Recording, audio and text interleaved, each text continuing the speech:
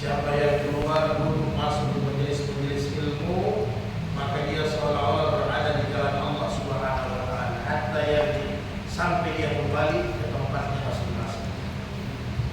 Kemudian hal yastawi ya'lamuna wa la ya'lamun, kata Allah, apakah sama orang yang berpengetahuan dengan yang tidak berpengetahuan, sama orang yang berilmu dengan tidak, la yastawi, tentunya tidak sama. Orang yang berilmu itu punya cahaya. Orang yang berilmu itu Allah angkat beberapa derajat dari orang-orang yang tidak berpengetahuan. Kemudian ilmu ini al-ilmu imam wal amal tadi. Ilmu ini adalah imam, amal ini adalah pengikutnya. Apabila ilmu ini betul, maka insya Allah amal diterima oleh Allah Ta'ala.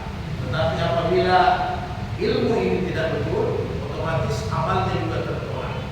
Semoga semua keutamaan ilmu kita bisa dapatkan. Amin. Pada malam hari ini kembali kita melanjutkan bacaan hadis kita yang 2 pekan kita sempat pending karena kita ada kegiatan kurban, kemudian ada kegiatan berziarah ke tempat-tempat bencana musibah banjir, khususnya di Pantai Barat, kemudian di Pantai Timur, di Toimulu dengan di Desa Kapal. Jadi kita sempat pending 2 pekan kita tidak hadir. Malam hari ini kita akan sambung lagi bacaan hadis kita yang pada 2 pekan yang lalu kita sudah sampai ke hadis 959. Jadi malam hari ini kita sambung ke hadis 960. Masih dalam kitab nikah, masih dalam kitab nikah yang pada malam hari ini pembahasannya pada babul iddati wal ihdadi, yaitu dalam bab iddah maupun ihdad. Iddah ini saudara sekalian, mungkin di kitab-kitab nikah yang lalu sudah sempat kita bahas sedikit. Jadi iddah ini adalah masa menunggunya seorang wanita. Kalau iddah dalam ilmu fikih itu masa menunggunya seorang wanita untuk nikah kembali kalau dia dicerai hidup.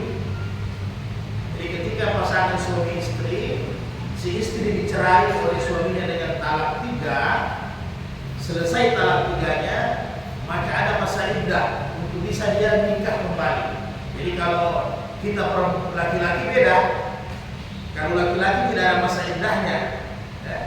Hari ini kita cerai, malam boleh kita nikah. Jadi laki-laki bebas. Kenapa? Karena memang perempuan ini ada aturan-aturan. Karena perempuan ini punya kandungan, ya, punya rahim. Ini masalahnya. Sehingga dia perlu ada masa menunggu. Ya. Nah, itu iddah. Kemudian kita kenal di ilmu fikih, ada namanya ihdad. Ihdad ini kurang lebih hanya beda. Bedanya apa? Kalau iddad itu seorang wanita cerai mati, suaminya meninggal. Hanya biasa kita kenal sehari-hari, kita kenal masa menunggu ini hanya bahasanya iddah saja. Yang sering kita kenal iddah. Padahal ada 2 sebenarnya. Kalau untuk cerai hidup namanya iddah, kalau cerai mati namanya iddad. Ya. Nah, jadi dia masa menunggu juga. Jadi ketika suaminya sudah meninggal, dia boleh menikah kembali apabila masa iddahnya juga sudah selesai, bisa nikah kembali. Nah, hadis-hadis yang tentang berkaitan dengan inilah yang akan kita bahas. Kemudian dengan pendapat-pendapat ijma 4 mazhab Ahlussunnah. A'udzubillahi minasyaitonir rajim. Bismillahirrahmanirrahim.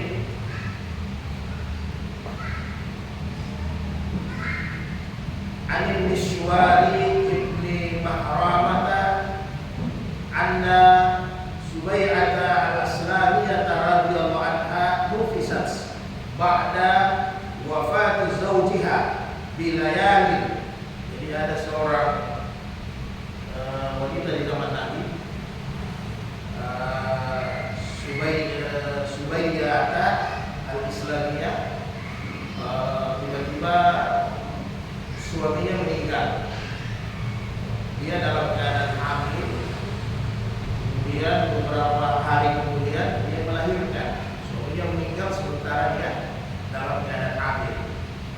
Faja'at Nabi sallallahu alaihi wasallam fasta'zanathu an tankiha, maka dia datang kepada Nabi bahwa dia akan menikah. Jadi setelah dia melahirkan, dia mau menikah. Dia datang minta izin kepada Nabi. Kemudian fa'azina laha fanakat. Rawahu Bukhari. Hadis sahih Bukhari Muslim. Jadi ketika dia datang kepada Nabi bahwa saya suami sudah meninggal, kemudian saya sudah melahirkan, saya mau nikah, kemudian Nabi izinkan. Ya. Ada nanti penambahan hadis-hadis berikutnya. Wa fi lafzin, dalam lafaz yang lain, annaha wada'at ba'da wafati zawjiha bi arba'ina lailatan. Jadi ketika suaminya meninggal 40 hari berikutnya, 40 malam berikutnya baru dia melahirkan. Setelah suaminya meninggal sudah 40 hari. Jadi setelah suaminya sudah meninggal 40 hari dia melahirkan. Setelah melahirkan dia datang minta izin kepada Nabi untuk menikah. Wa fi lafzin li Muslim, dalam lafaz Sahih Muslim juga dijelaskan qala Az-Zuhri, pendapatnya Imam Az-Zuhri yang diikuti oleh ini yang dia ambil dasar dari Imam Syafi'i dengan Imam Malik, bahwa wala ara ba'san an tazawwaja wa hiya fi damiha ghaira annahu la yakrahuha zawjuha hatta tathura. Jadi kata Imam Zuhri bahwa dalam salah satu pendapat fikih boleh, tetapi dengan catatan bahwa setelah dia menikah suaminya tidak bisa menyentuhnya dulu sampai suci. Ya, tidak bisa menyentuhnya dulu sampai suci. Nah, wa an Aisyah radhiyallahu anha qalat, dari Aisyah ummul mukminin, umirat Barirata an ta'tadda bi salasin haidin. Rawahu Ibnu Majah wa rawahu Siqat. Hadis ini bisa dipercaya dari Ibnu Majah bahwa Barirah diperintahkan agar menunggu 3 kali haid. Jadi menunggu 3 kali haid dari perceraiannya baru bisa menikah. Ini yang disebut dengan masa iddah. Jadi 3 kali suci harus bisa menikah. Sehingga kata Imam Syafi'i, Imam Malik bahwa dengan pendapat hadis ini, sehingga sebaiknya orang yang sudah ditinggal suaminya sekalipun tetap mengikuti masa iddahnya 4 bulan. Agak beda ya, ada ketambahan 1 bulan. 4 bulan 10 hari dalam Al-Quran. Jadi sehingga sebagian pendapat ulama mengatakan bahwa hadis yang pertama itu Nabi kasih khusus kemudahan kepada sahabat yang tadi Suhaibah, dengan catatan memang Nabi paham dia orang yang taat. Jadi ketika masih yang melahirkan belum suci darah nifasnya, tentunya tidak bisa, jangan dulu menikah ya. Kemudian Imam Syafi'i mengatakan dengan hadis yang kedua ini yang lebih kuat daripada hadis sebelumnya, bahwa berpendapat alangkah bagusnya tentunya menikah setelah selesai masa iddah. Wa Aisyah radhiyallahu anha, sama dengan hadis berikutnya dari An Sa'di an Fatimah binti Qais radhiyallahu anha an Nabi sallallahu alaihi wasallam fi mutalaqil mutallaqati salasa laisa laha sakanu wala nafaqatu. Demikian juga kata Rasulullah bahwa seorang sahabat mengadu kepada Nabi, Fatimah binti Qais, ya Rasulullah, saya telah ditalak 3. Sehingga kata Nabi, orang yang sudah ditalak 3 wanita, maka tidak ada sukuna tempat tinggal baginya, wala nafaqatan, tidak ada nafkah. Jadi yang lalu sudah kita bahas mengenai perceraian talak 1, ya. Talak 1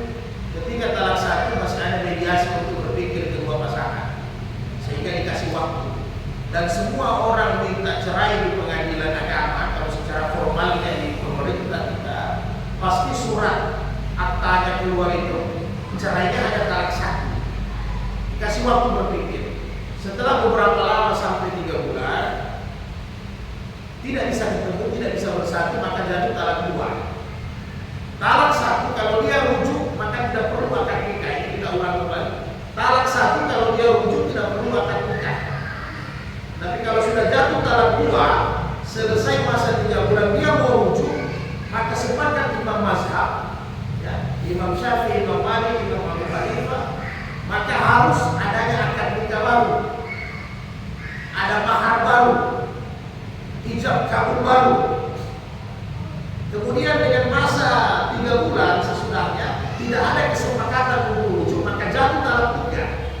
Kalau sudah talak 3, maka tidak bisa kembali lagi suami istri, ya, kecuali tapi tidak bisa direkayasa, kecuali istrinya pernah menikah dan merasakan dari laki-laki lain, ya kan begitu. Kemudian sudah cerai, tapi tidak bisa direkayasa. Yang Nabi bilang ma'lul mu'allam itu tidak boleh direkayasa. Bahwa kau nikahi mantan istri saya 3 hari, setelah itu kau ceraikan karena saya ingin kawin lagi, jadi tidak boleh direkayasa. Nah, setelah jatuh talak 3 maka sudah tidak bisa, tidak ada.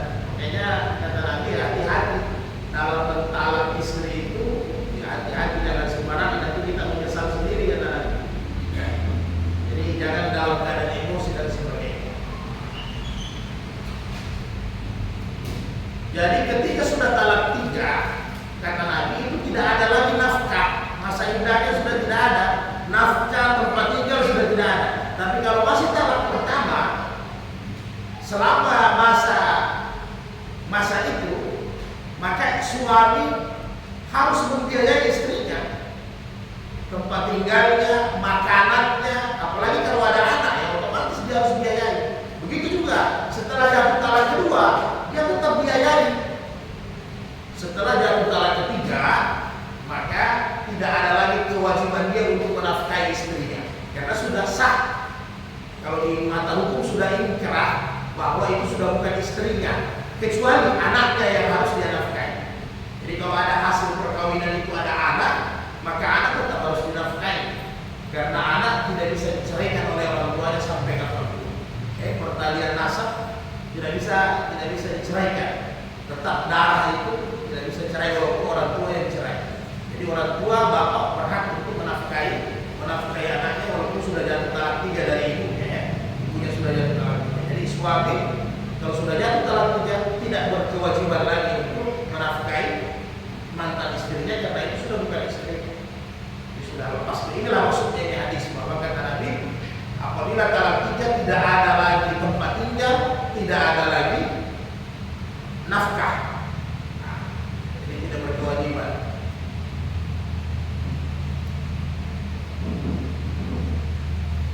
An Ummi Atiyah radhiyallahu anha anna Rasulullah sallallahu alaihi wasallam qala la tuhiddu imra'atun ala baitun fawqa salasin illa ala zawjin arba'ata ashhurin wa ashra.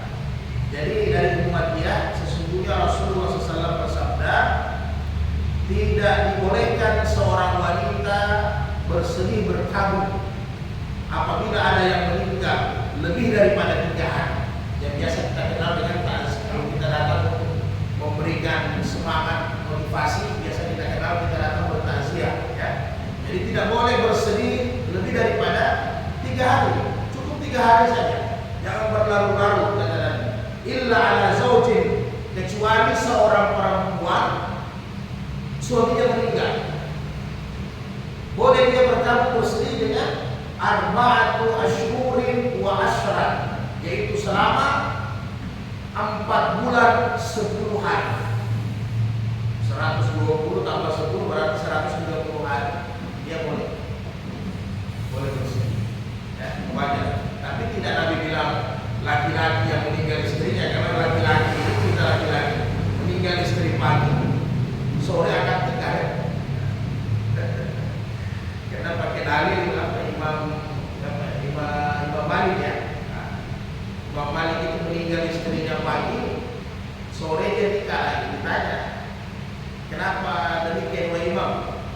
cepat sekali.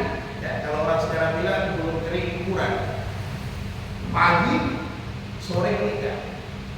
Jadi kata Imam Malik simpel, saya nanti takut tiba-tiba sebentar malam saya meninggal dalam keadaan status bujang. Malu saya di hadapan Allah, tapi jangan diambil ini jadi dalil dan dasar. Akhirnya semena-mena kita lagi-lagi. Langsung kawin, belum selesai takziah sudah kawin. Walaupun secara hukum sah, ya sah, tetapi ini secara adat kita kurang bagus ya. Jadi jelas keluarga perempuan ini tanda tanya, ada apa ini istri meninggal pagi sore dia kawin lagi, perlu diselidiki, diotopsi mayatnya, ada apa? Jadi selama 4 bulan. Selama 4 bulan itu seorang wanita kata Nabi wala talbisu sauban masbu'an illa saubi asbi. Jadi selama masa 4 bulan itu seorang wanita yang sementara berkabung jangan banyak jalan-jalan. Dia akan bersedih. Jadi dia banyak merenung, bertafakur, banyak beribadah. Bahkan kata Nabi jangan berpakaian dengan pakaian yang warna-warni, yang menyolok, ya, karena dia masih janda baru, masih suasana bersedih. Jangan terlalu menyolok, berpakaianlah yang tidak menyolok, ya, warna-warna yang tidak menyolok, jangan terlalu warna-warni, merah, kuning, apa, jadi seperti seolah-olah tidak bersedih, ya. Illa sabiya, kemudian wala taktahil, kahillah, silap mata. Jadi tidak usah, intinya jangan berhias terlalu norak, karena sudah tidak ada suami ya. Jadi selama dia masa berkabung itu, Nabi bilang tidak usah bercelak mata dulu ya. Kemudian wala tamassu taiban illa tahurat. Jadi tidak usah juga terlalu memakai parfum yang menyolok keluar baunya. Tidak usah, kecuali mungkin Nabi bilang kalau sudah haid, setelah itu sudah suci. Karena dulu di zaman Nabi ada beberapa yang dipakai sama wanita-wanita sahabi. Kalau habis haid biasa pakai kasturi, ya. Untuk habis haid itu pakai kasturi karena disapu kalau tidak daun sirih. Kalau daun sirih ini sejenis, kalau sekarang modernnya ya seperti sampo, pembersih, kurang lebih demikian ya. Nah, jadi tidak usah pakai harum-harum terlalu menyolok, berbau. Min isti'aw azfar, utamanya dari azfar, safaron, kasturi, ini kan terlalu keluar baunya.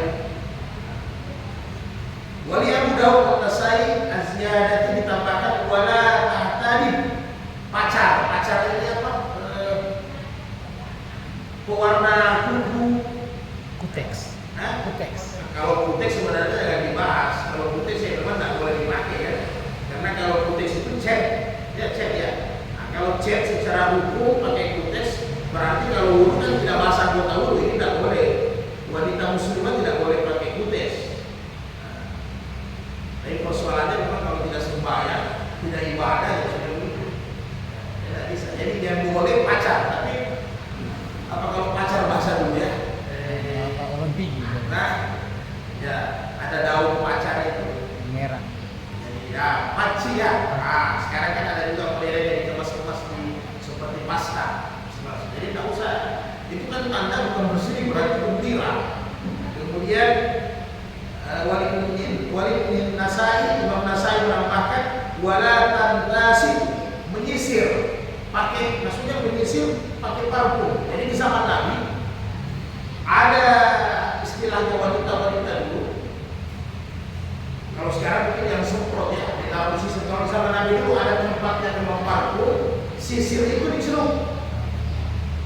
Sisir itu dicelup baru dipakai sisir. Jadi nanti rambut mengeluarkan bau yang harum. Jadi Nabi bilang bersisir boleh, tapi kalau campur lagi dengan hal yang harum-harum ya tidak bisa. Kan tidak mungkin kita tidak bersisir 4 bulan lamanya kan. Harus tetap rapi, tetapi dibatasi. Apa ini masih masa bersedih, jadi jangan berlebihan. Memang tanda-tanda juga seperti laki-laki juga. Kalau perempuan sore pagi meninggal suaminya, sorenya sudah keliling naik kendaraan ke sana kemari. Bahaya. Nanti memang dia ingin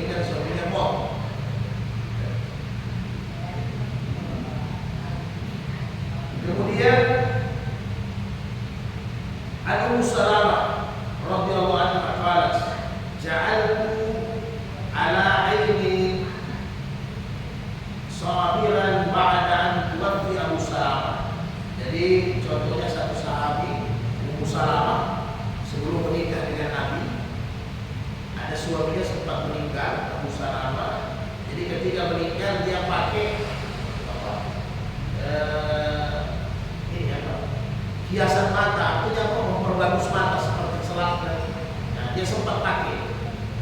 Fakala Rasulullah, maka kata Rasulullah, innahu yasibu wajha. Itu terlalu norak kata Nabi. Kalau bahasanya sekarang mempercantik diri apa? Norak. Kau ini baru meninggal suamimu, sudah terlalu menor, kan begitu. Nah, jadi Nabi tegur, jangan berlebihan. Itu sudah norak. Apalagi kau ini terlalu habis bersedih, ya begitu. Ya mungkin ya kayak ya ibu-ibu kita di Mahaji Indonesia yang pulang lah, ya. Nah, dari kampung saya banyak orang di selatan, luar biasa. Ya. Jadi syukur yang berlebihan. Jadi kata Nabi jangan terlalu norak. Ini terlalu norak. Wala taj'alihi illa bil-lail, kecuali pakai untuk malam. Ya begitu. Nabi bilang kalau mau pakai untuk tidur bagus, karena memang celak mata juga itu obat. Nabi biasa bercelak mata kalau mau tidur atau membuat perjalanan, karena memang itu obat, tapi bukan celak mata yang biasa. Itu celak mata ada namanya ismir yang Nabi pakai. Itu mahal memang harganya. Kalau pergi umrah, pergi haji bisa cari. Dia ada dari batu, ada juga yang sudah seperti bedak, ya. Nah, namanya ismir. Itu dari batu hitam, memang itu obat, bisa menyembuhkan penyakit mata. Nah, itu memang obat. Tapi jangan celak sembarangan. Arang kayu dikasih halus baru pakai celak. Masalah itu ada dulu apa? Celak-celak pensil yang memang bukan dari ismir, jangan. Itu justru bikin indah tapi bikin penyakit. Ada memang dia modelnya ismit yang Nabi anjurkan untuk bisa pakai ismit sebelum tidur. Nah, kalau mau pakai Nabi bilang malam hari sebelum tidur. Wa anzihi bin nahar, kalau siang hari jangan terlalu orang nampak, ya. Nah, sedangkan tidak meninggal suami saja tidak boleh terlalu tabarrus, ya. Al-Quran menjelaskan jangan terlalu nampak perhiasan, jangan terlalu norak. Kemudian wala tantasiti bitib wala bil hinai. Begitu juga pakai minyak wangi dibatasi. Hinai pacar tadi, paci maksudnya. Fa inna hasabu, karena itu semua terlalu berlebihan. Qul bi'ai syai'in antasib. Bagaimana caranya saya bersisir ya Nabi kalau begitu? Boleh tidak bersisir? Nabi bilang ya kalau bersisir ya harus, ya. Kalau bersisir harus kasih rapi tetap bersisir. Jangan nanti karena sudah masa berbuka, berkabung, akhirnya acak-acakan, sudah tidak mau mandi, tidak mau ganti pakaian, sudah tidak bersisir. Nah, itu agama juga larang, tidak boleh. Mandi tetap mandi, bersisir rapi tetap, tapi jangan berlebihan orang, ya, jangan berlebihan. Dan jangan bersisir harus. Jangan sampai tidak bersisir.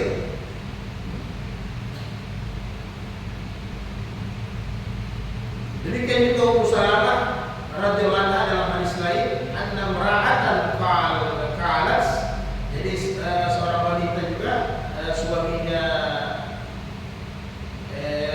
bahwa anak mantu saya meninggal, suaminya anakku meninggal. Amra'atu qalat ya Rasulullah, inna banati mata anha zawjuha, anak mantu saya meninggal.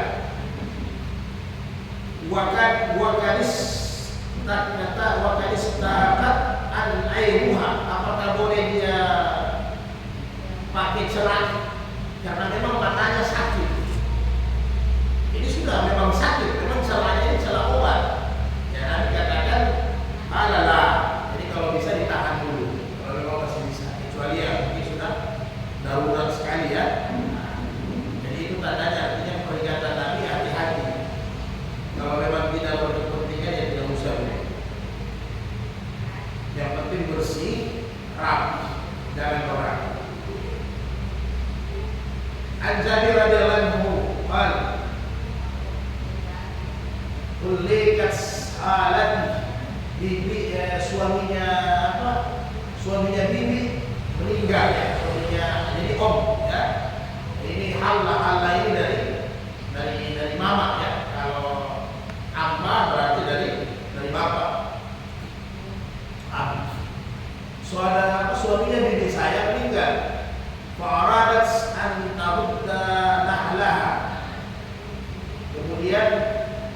fa fazajaraha rajulun an tahruj. Jadi bibi saya suaminya meninggal, kemudian dia mau pergi petik, panen, potong sedikit kurma gitu di kebun. Ya, kira-kira gitu. Jadi ada sahabat bilang jangan, karena kalau wanita di masa berkabung sampai selesai masa berkabungnya 4 bulan, nggak usah keluar dulu, kan? Di sahabat sampaikan, maka untuk dia meyakinkan, fa'ata Nabi sallallahu alaihi wasallam fa'al, maka dia datang langsung kepada Nabi. Itu enaknya kalau di zaman Nabi ada persoalan, ada masalah, kalau kita ragu langsung datang sama Nabi, selesai urusan, langsung dapat solusi. Karena kalau sekarang kan kita pusing, sana fatwa, sini jadi saya kepala gitu, yang mana gitu. Jadi sahabi ini langsung dapat datang kepada Nabi bertanya, begini kasus saya, kebetulan bibi saya itu mau ambil sedikit kurma keluar. Maka kata Nabi, bala kalau begitu boleh, tapi dibatasi. Ya, Nabi bilang bala silahkan dibatasi. Judi nahlaki fa'innaki asya'an tasaddaki au tu'ali ma'rufan, rawahu Muslim. Jadi kata Nabi, boleh keluar sekedar untuk mengambil buah kurma. Mungkin dengan itu nanti kau bisa bersedekah juga dengan kurma, atau kau bisa manfaatkan kebaikan itu kurma, ya, atau untuk paling tidak isi perut ya. Apalagi kalau wanita sudah janda, mungkin nafkahnya sudah terbatas, harapkan kurma tidak ada lagi yang penting, mungkin anaknya laki-laki tidak ada, jelas kita harus, tapi ya dibatasi, ya. Nah, jadi memang sebaiknya kalau tidak ada keperluan wanita yang habis meninggal suaminya, maka masa berkabungnya itu bagus dipenuhi, dia lebih banyak di dalam rumah, jadi tidak usah dulu kesana kemari. Ya, yang penting saja, yang memang sifatnya emergensi, darurat.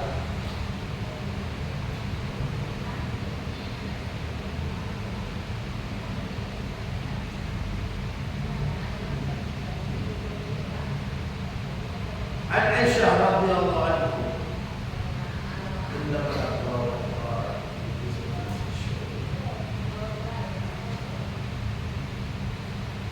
berikutnya an Ruwaifi ibni Sabit radhiyallahu anhu an Nabi sallallahu alaihi wasallam qala la yahillu li amrin yu'minu billahi wal yawmil akhir yasqa ma'ahu zar'a ghairihi. Tidak dihalalkan seseorang yang beriman kepada Allah dan hari akhir menumpahkan menyiram tanaman orang lain. Ini bahasa biasanya Nabi cantik. Jadi artinya tidak dihalalkan, diharamkan bagi kita untuk berzina, ya, menumpahkan air kita di mulut orang lain. Maka seorang yang beriman kepada Allah dan hari akhir tidak mungkin berzina seperti itu. Akhirnya Abu Dawud berisi. Jadi ini yang jadi tidak berzina, tidak yang itu. Abu Hurairah Nabi radhiyallahu anhu, Nabi sallallahu alaihi wasallam al-waladu lil firasi wa lil akhiril hajar. Ini muttafaqun alaih Bukhari Muslim. Jadi kata Nabi, anak itu hak milik suami yang sah. Jadi kalau itu kalau arti bahasa kita al-waladu lil firasi. Jadi anak itu milik yang punya tempat tidur, itu bahasa aslinya ya. Jadi artinya anak itu milik suami yang sah. Kemudian walil akhiri hajar, dan orang yang berzina ini dia dapatkan batu. Batu ini artinya bahasa rajam, ya. Nah, jadi dirajam, jadi hati-hati berzina. Jadi contohnya begini di hadis maksudnya. Seorang istrinya selingkuh, kalau bahasa sekarang selingkuh, ya. Jadi setelah dia selingkuh, dari hasil selingkuhnya itu hamil, ya kan? Setelah hamil, anak keluar melahirkan, maka hak siapa ini anak? Ini maksudnya hadis. Hak siapa siapa ini anak? Jadi secara hukum anak ini bukan hak laki-laki yang berzina tadi, ya. Tetapi anak ini yang berhak adalah suami yang sah, walaupun istrinya ini selingkuh secara hukum. Akan tetapi yang berzina tadi, istri dengan yang laki-laki selingkuhannya ya harus beradab. Kalau di zaman Nabi kan seperti mana kisah yang begitu banyak bahwa hukum tidak mengejar orang yang bersalah kalau di zaman Nabi. Kalau di zaman Nabi orang yang bersalah yang datang kepada hukum. Seorang perempuan berzina, ya Rasul saya sudah berzina, tolong rajam saya. Nabi bilang pulang dulu sampai melahirkan kan begitu. Jadi orang yang bersalah datang sama hukum. Ya kalau bahasa kalau kita sekarang karena realitanya sekarang artinya bukan polisi yang kejar orang yang bersalah yang datang ke kantor polisi. Begitu orang di zaman Nabi. Ya Rasul saya tadi malam mabuk. Maka ada satu orang sahabat, ya Rasul saya tadi malam sempat cium wanita, saya tidak sadar. Dia datang mengadu sama Nabi. Dia akui kesalahannya, jadi bukan lari, apalagi panggil pengacara, panggil pembela, dibayar lagi di pengadilan. Akhirnya yang bersalah jadi tidak bersalah. Tidak begitu di zaman Nabi pengadilan, ya. Nah, jadi secara hukum itu anak selingkuhan tadi, anak dari hasil zina itu tetap untuk suaminya. Walaupun secara darah tidak, tetapi secara hukum istrinya itu adalah istrinya yang sah, walaupun istrinya itu selingkuh. Sebab nah, ini kalau terjadi di hukum Islam itu begitu. Jadi si A dengan si B suami istri, si B istrinya, si B dia selingkuh dengan si C, akhirnya punya anak. Jadi anak ini miliknya si A, walaupun bukan dari hasilnya. Karena menurut ulama empat mazhab ini satu, bahwa siapa yang tahu, ya kan, sperma yang mana yang dijadikan Allah untuk jadi itu anak. Karena ini kan istrinya sudah berzina, sudah selingkuh. Nah, jadi tetap ada artinya apa? Orang yang berzina tidak punya keuntungan sama sekali. Jadi untuk mendapatkan hak anak saja dia tidak dapat, bahkan harus dirajam. Jadi kalau hukuman rajam ya kita tahu sendiri kan. Hukuman rajam itu ya kalau sekarang mungkin eksekusi dengan senjata selesai. Tapi kalau hukuman rajam agak repot Pak, agak lama latinya. Karena kita ditanam, kemudian sampai dengan kurang lebih kepala. Setelah itu masyarakat dikumpul, nanti lempar sampai meninggal dilempar dengan batu. Jadi luar biasa itu hukumannya penzina yang sudah menikah, baik laki-laki maupun perempuan. Itu hukumannya. Jadi hati-hatilah.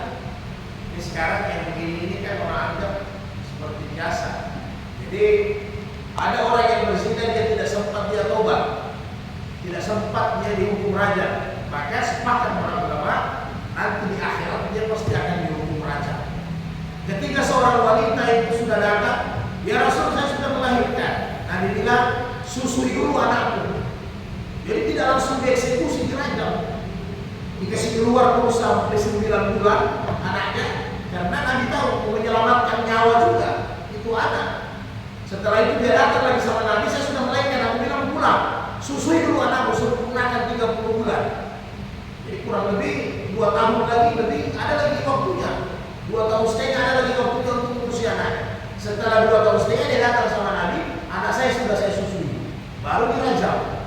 Ketika selesai dirajam, ada sahabat Nabi sempat dengar bahwa orang ini ahli neraka yang dihukum tadi, wanita ini. Maka kata Nabi, hati-hati, sesungguhnya wanita ini ahli sorga. Allah sudah ampuni dosanya karena hukum had tadi. Itu kan namanya pengampunan dengan hukum had. Jadi kalau zina itu tidak bisa sebenarnya dengan istighfar, ya, sama dengan telinga yang dibayar dengan telinga. Kalau orang membunuh ya harus dibunuh. Nah, begitu ada aturannya. Jadi kalau berzina itu ya memang yang sudah menikah harus dihukum rajam. Kalau yang belum menikah maka dia dihukum 100 kali cambuk. Nanti di bab 10 ada bab jinayah. Jadi hati-hati berzina, bukan sembarang yang berzina. Sekarang ini kan fasilitas hukum kesana luar biasa. Ya. Perselingkuhan ini di mana-mana luar biasa. Kadang teman sekantor, karena sering baku lihat, sering ketemu, kadang rekan kerja, rekan relasi, bisnis, terjadilah perselingkuhan di mana-mana. Karena memang ada aturan-aturan agama yang dibiarkan. Ya. Karena sebelum perzinahan kata Nabi ada proses, ya, ada proses. Nabi bilang mata, ada proses. Makanya agama suruh tundukkan pandangan. Setelah mata sentuhan, ya kan begitu. Alasan ta'aruf perkenalan, jelas-jelas tidak disampaikan. Ya, lebih baik saya ditusuk dengan besi panas di kepala daripada bersentuhan dengan wanita yang bukan mahram. Dan Nabi tidak pernah. Bahkan Aisyah katakan dalam hadis sahih, ketika datang orang bayar untuk masuk Islam dengan Nabi, Nabi tidak pernah bersahabat. Nabi hanya ambil bayar mereka dengan kata-kata dan disampaikan saya sudah terima bayar. Jadi tidak perlu bersahabat. Ya. Memang yang begini prosesnya kalau ini yang dijaga, karena ayat itu bilang la taqrabu zina, jangan dekati zina. Perkara-perkara yang mendekati zina dulu yang kita jaga. Mulai dari tatapan, berbicara dengan perempuan tanpa mahram. Nah, hadis seperti itu. Kemudian Umar radhiyallahu anhu fi imra'atil mafqudi rabbasu arba'in sinin summa tata'addu arba'ata ashhurin wa ashrat akhraja Malik wa Syafi'i. Ini sudah fix ya, bahwa wanita yang ditinggal menurut mazhab Imam Malik dengan Syafi'i, wanita yang ditinggal oleh suaminya tanpa dinafkahi, maka menunggu dulu sampai 4 tahun lamanya tanpa masa iddah. Ya, itu yang terbaik. 4 tahun lamanya tanpa masa iddah, baru dia bisa mengajukan hulu. Hulu ini sama dengan talak, tapi talak itu haknya suami, kalau hulu adalah haknya istri yang sudah sempat kita bahas ya. Dia mengambil Imam Syafi'i, Imam Malik mengambil dasar hadis kalau Rasulullah imra'atu mafqudin imra'atahu hatta ya'tiyaha al-bayan akhraja Daruqutni. Jadi seorang wanita yang ditinggal suaminya, maka dia menunggu kurang lebih selama 4 bulan lamanya. 4 bulan lamanya. Karena kalau ibu singkat nikah kita, ibu nikah 4 bulan berturut-turut. Jadi kalau sudah 4 bulan wanita ditinggal suaminya tanpa nafkah, berarti tanpa komunikasi, maka wanita boleh datang ke pengadilan menyampaikan ini dengan hulu, maka akan jatuh. Maka wanita boleh nikah lagi. Ya. Tapi sesudah masa iddah, tetap ada masa iddahnya. Karena yang ditakuti apa oleh agama, jangan 4 bulan yang lalu dia sudah berhubungan dengan suaminya, dia dalam keadaan hamil. Nah, itu yang dijaga. Jadi sebenarnya iddah dengan iddah ini fungsinya apa? Untuk mensucikan wanita dan untuk mensucikan anak. Jadi jangan sampai sperma itu tercampur, ya? Jangan sampai dua bapaknya tidak jelas. Itu yang tidak, karena nasab itu harus ada satu. Itu yang dijaga, kehormatan wanita, utamanya anaknya yang di dalam kandungan. Jangan nanti tiba-tiba suami sebelumnya, kalau tidak ada masa iddahnya, suami sebelumnya sudah berhubungan, sudah ada 1 bulan jadi. Kalau sekarang enak, gampang kita periksa ya. Kalau di zaman Nabi dulu luar biasa Pak. Teknologi belum secanggih ini ya. Kalau sekarang gampang, tinggal USG, tinggal pakai alat, ditahu ada tertinggal atau tidak, positif, negatif atau tidak. Kalau sekarang enak, ada rumah sakit, ada klinik. Kalau di zaman Nabi Pak. Jadi inilah fungsinya iddah. Jadi sehingga wanita itu betul-betul bersih, tidak tercampur bapaknya itu ada. Nah, ada juga yang otak kotor Pak. Istri orang sudah hamil, dia cerai atau cerai hidup atau cerai mati, dia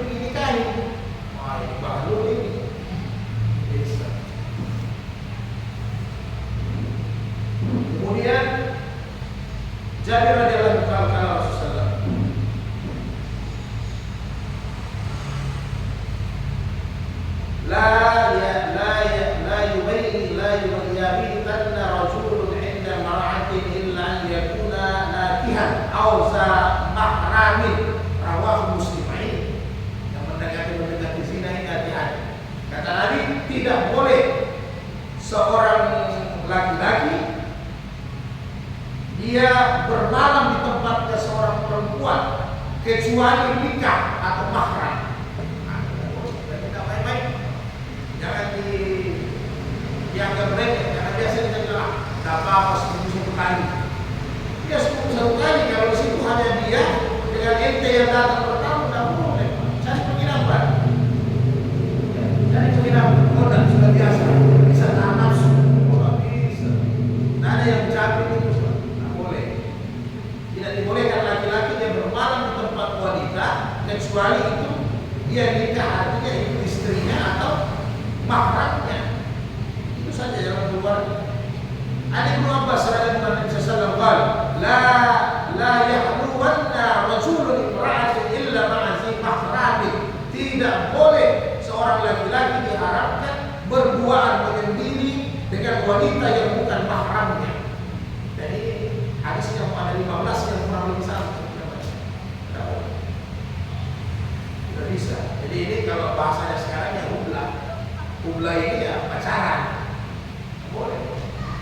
Tinggi di sudut-sudut di pinggir pantai sempat gelap, bawa anak orang, ada ya, bonceng anak orang, haram itu. Nah, bisa. Lain kalau secara fikih ada darurat emergensi ya, tiba-tiba di jalan ada kecelakaan, tabrakan, kepala pecah, yang mau tidak mau, itu namanya sifatnya emergensi. Tapi jangan ambil anak orang bawa. Ini kadang bapaknya juga otak kotor, kalau tidak tahu agama, tidak paham agama, bapaknya juga otak kotor. Kadang datang laki-laki jemput anaknya, dia bangga, ya kan? Dijemput anaknya, nanti kasih pulang anaknya sampai jam 10 malam. Dia bangga. Ini dosa untuk orang tua, Pak. Tidak bisa. Dosa untuk orang tua. Nah, kita juga yang anak-anak saya masih muda dihamil, jangan pacaran. Yang ada itu tahu, tapi jangan tahu pacaran. Ya, kasih baik kalian punya keimanan, nanti Allah pilihkan wanita yang terbaik. Itu saja. Tidak mau lagi. Tidak usah lagi sekarang karena teknologi bagus, pacarannya juga sudah modern ya. Tidak perlu bawa anak orang ke pantai, tidak perlu bonceng anak orang ke pantai, sudah hanya pakai media sosial, ya kan? Tengah malam jam 2 waktunya tidur, bangun salat tahajud saya. Ente punya adik, ente punya mama, ente tidak suruh. Adanya orang ente suruh tengah malam. Pacaran sari. Pacaran sari. Ini sok perhatian, bangun salat subuh. Padahal dia tidak salat subuh. Makhluk ini tidak boleh. Atau pakai apa? Pakai video hari ini video call. Nah, itu sama. Nah, misalnya modelnya sama kalau judi dulu kan kita harus cari tempat, ya. Cari tempat minimal kalau yang resminya itu kasino. Ya kan, dijaga sama aparat atau ya ada pajaknya tinggi. Harus berjudi di situ atau di pos ronda atau kita berjudi di mana-mana di tempat-tempat sunyi, pakai kartu, pakai duit. Sekarang kan tidak, ya. Judi online lewat HP saja. Yang sama itu hukumnya, tidak ada bedanya, sama hukumnya. Dulu kalau minuman keras kan tahun 80-an beli di botol pakai kantong plastik hitam, tapi tetap kelihatan ya. Minumnya juga harus dari tempat. Kalau sekarang ada obat kecil ditaruh di cawat, di celana dalam, tidak ketahuan. Di kamar padahal narkoba. Orang tuanya sudah senang, alhamdulillah anak saya tidak keluyuran. Ada anak rumahan, hanya di kamar, ya kan? Ternyata di kamar play terus. Nah, nanti orang tua sadar TV hilang, karpet hilang, ya kan? Semua barang hilang. Karena kalau sudah bisa uang, pasti barang-barang habis. Tidak ada doi, ya kan? Barang rumah itu dirampok, habis barang rumah, bisa-bisa sama tetangga, bisa-bisa jadi perampok besar. Hanya gara-gara kecanduan ya, ini juga pula ya. Jadi tidak bisa, jangan bawa anaknya orang yang bukan mahram. Tidak boleh. Anda suka, Anda datang lama, itu jantan. Ya. Kemudian Anda bisa ini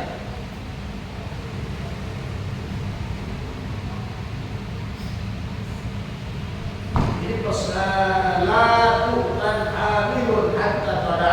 Jadi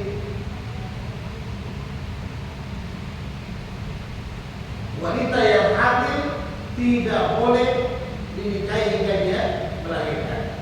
Wala ghairu zati haqqin hatta tahida haidatan. Wanita begitu juga yang haid tidak boleh berhubungan sampai dia suci kembali.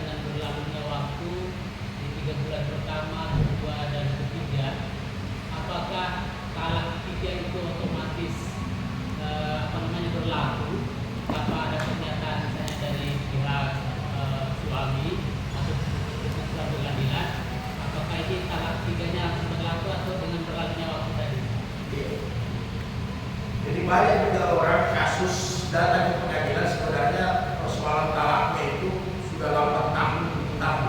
Hanya secara formalnya kalau mau nikah kembali kan harus ada surat talak baru bisa dapat buku nikah. Nah, jadi pada dasarnya kalau secara hukum agama Pak, kalau memang ini barang sudah 5-6 tahun berpisah dan memang tidak bisa rujuk lagi, dan memang suami secara hukum agama sudah pernah lapas bahwa memang saya talak.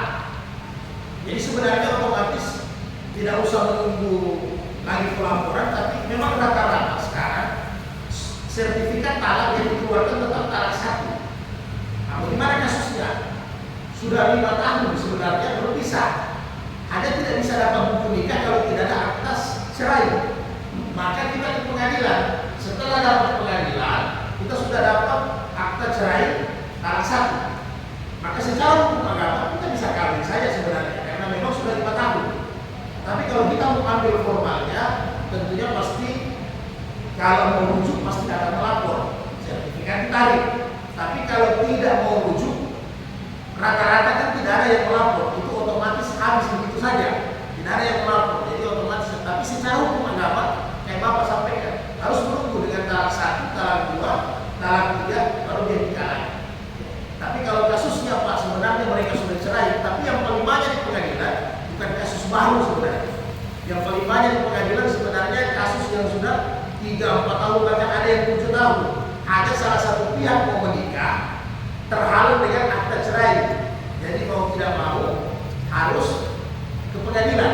Kalau dia tidak mengambil buku nikah, biasa tidak ke pengadilan lagi, Pak. Langsung dia kawin saja.